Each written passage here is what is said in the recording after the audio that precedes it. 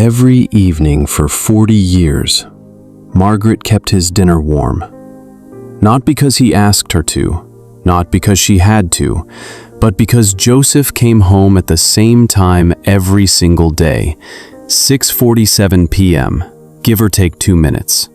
She knew his footsteps before she heard the key. She knew the sound of his car from 3 streets away. For 40 years, she sat 2 places at the table, lit the same candle, and waited, not with anxiety, with certainty, because Joseph always came home. Always.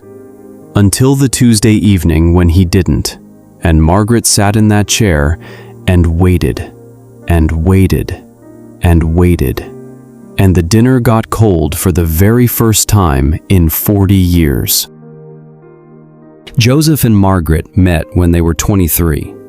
He told her on their 3rd date that he intended to marry her. She told him he was ridiculous.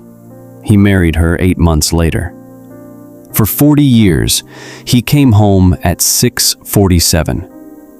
Some years it was hard. Money was tight, children were loud, life was heavy. But Joseph always came home, and Margaret always had dinner waiting. Not because they were perfect, but because they had decided, quietly, without ceremony, that showing up was the most important thing a person could do for the people they loved. Their children grew up, left home, had children of their own, and still, every evening, 6:47, 2 plates, 1 candle, the same kitchen, the same man, the same love, expressed in the same quiet way, every single day, for 40 years. At 6:47, Margaret was in her armchair, as always. At 7 o'clock, she checked her phone. No message. At 7:15, she called his mobile. No answer. At 7:30, she covered the plates and turned the oven to low.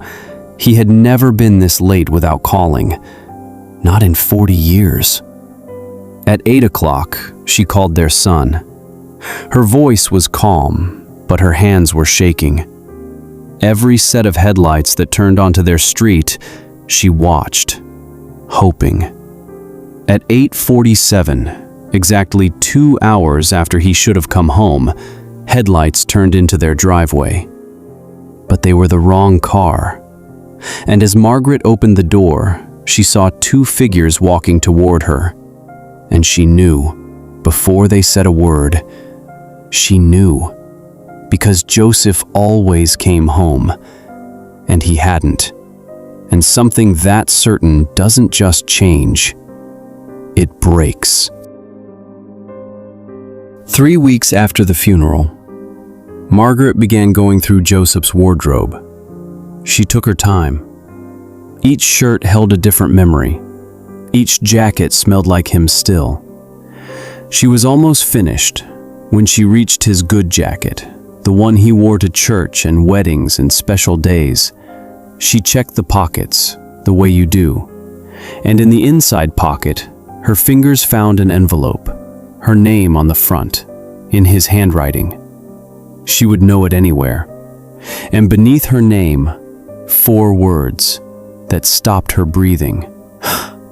For when I'm gone. Joseph had known. Not when, but he had known. And he had prepared. And he had left her something to find, in his jacket, waiting, the way she had always waited for him. The letter was 4 pages long. Joseph had written it by hand, all 4 pages. He had written about the day he met her, and the way she laughed before he had even said anything funny. He had always loved that about her. He had written about the hard years, when money was gone and hope was thin, and she had kept dinner warm anyway.